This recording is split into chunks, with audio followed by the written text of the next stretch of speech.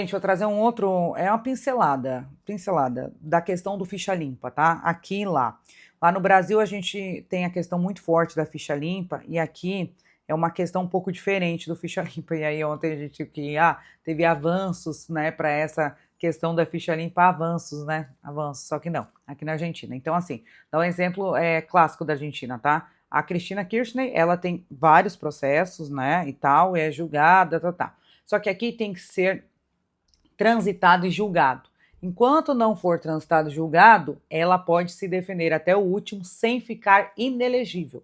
Então, tem eleição, se o transitado e julgado demorar 10 anos, nesse prazo tiver eleição, ela pode concorrer, tá? Isso é uma diferença. Outra coisa que eu quero trazer, que é uma questão que a gente tem aí de anistia, se pode, se não pode, aquela coisa do golpe, outra coisa. Aqui também teve a ditadura, né, muito latente, inclusive, da ditadura, e aqui os caras foram sim julgados e condenados, os ditadores da época, tá? Então, é uma diferença que no Brasil foi-se anistia, né? Por isso que a gente fala que aqui tem um sentimento da ditadura, de não se falar em ditadura, porque os caras sofreram a pena.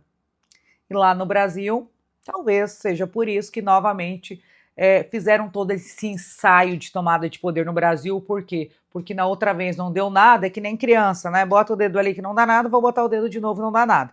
Então talvez seja isso. Quero fazer essa pincelada porque às vezes perguntam isso, qual a maior diferença e tal. Então tem vários, gente, tem muita coisa aí, uma particularidade, sim. Tem muita coisa aqui que vocês, assim, vocês ficam de boca aberta, tá?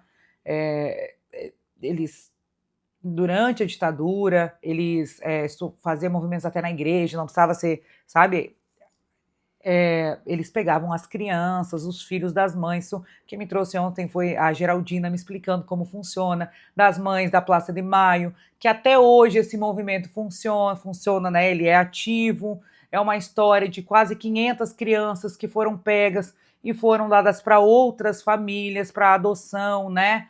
E é uma coisa assim que pacificamente as mães colocaram panos para dizer que era fraldas, as avós iam para a Praça de Maio todas as quintas-feiras, num certo determinado horário, acho que era 15h30. Gente, nas quintas-feiras, se vocês chegarem na Argentina, na Praça de Maio, elas vão estar ali circulando. Essa minha amiga, ela é diplomata aqui, então ela traz esse contexto todo, assim, nos explicando como funciona, literalmente explicando que mais ou menos metade dessas crianças da época foram já encontradas, mas o que elas trazem, essas mães, essas avós, muitas já estão falecendo, né?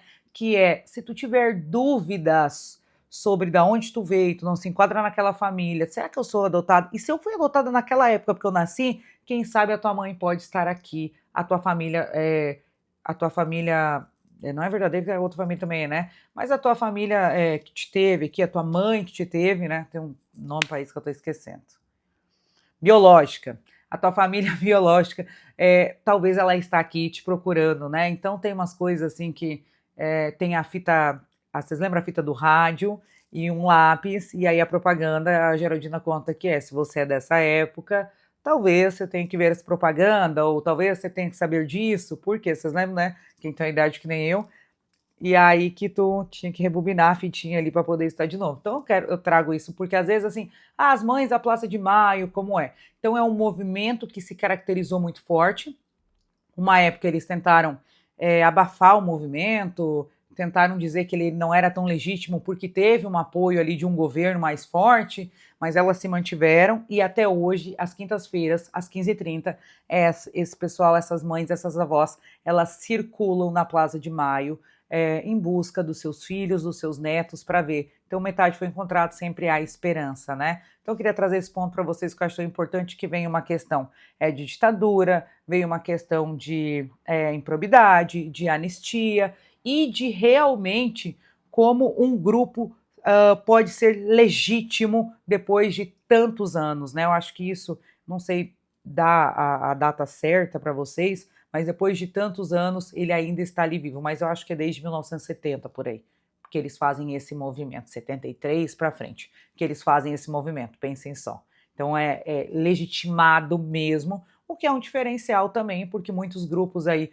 no Brasil principalmente, querem ser legitimados, querem ter postura, e aí acabam caindo por terra, porque talvez não tenham um embasamento ou uma dor, uma vontade de luta tão profunda. Às vezes é isso, tá bom? Quero trazer esse ponto para vocês também.